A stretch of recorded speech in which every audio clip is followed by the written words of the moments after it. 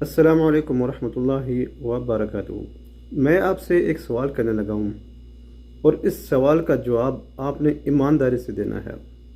ابھی میں آپ کو ایک چیز دکھاتا ہوں، ایک کتاب دکھاتا ہوں، اور آپ نے ایمانداری سے بتانا ہے کہ آپ اس کو روزانہ کتنی بار کھولتے ہیں، کتنی بار اس کو دیکھتے ہیں، کتنی بار اس کی زیارت کرتے ہیں۔ یہ موبائل تو آپ ہر وقت دیکھتے ہیں نا، نہ دیکھیں تو چین نہیں آتا، لیکن یہ کتاب آپ نے کتنی دفعہ دیکھی؟ آپ نے ایمانداری سے مجھے بتانا ہے کمنٹس میں۔ اب دیکھیں وہ چیز، تو یہ ہے وہ کتاب۔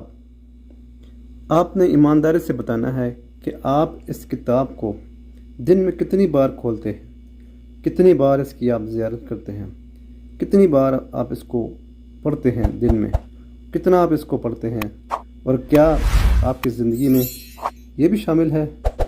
موبائل تو شامل ہے آپ کی زندگی میں 24 گھنٹے، لیکن کیا یہ بھی شامل ہے؟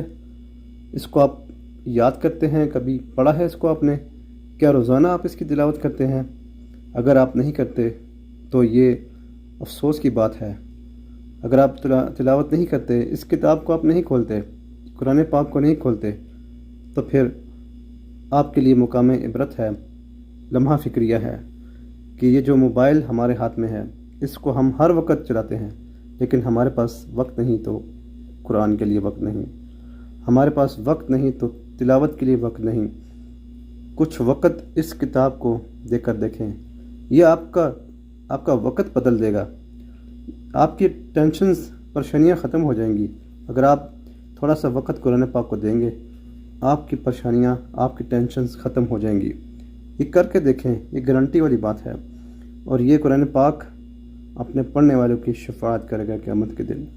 جو ہمیشہ اس کو پڑھتا رہے گا ساری زندگی، تو قیامت کے دن یہ اس کی شفاعت کرے گا۔ قیامت والے دن اللہ تعالیٰ سے شفاعت کرے گا اور اس کو جنت میں لے کے جائے گا۔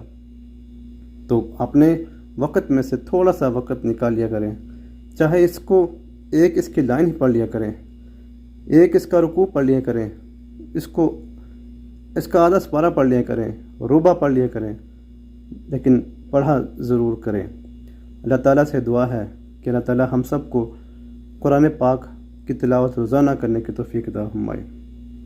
اس ویڈیو کو آپ نے شیئر کرنا ہے، ہو سکتا ہے کسی کے دل پر اثر ہو جائے اور وہ تلاوت شروع کر دے، اور آپ کو اور مجھے نیکیاں ملیں، صدقہ جاریہ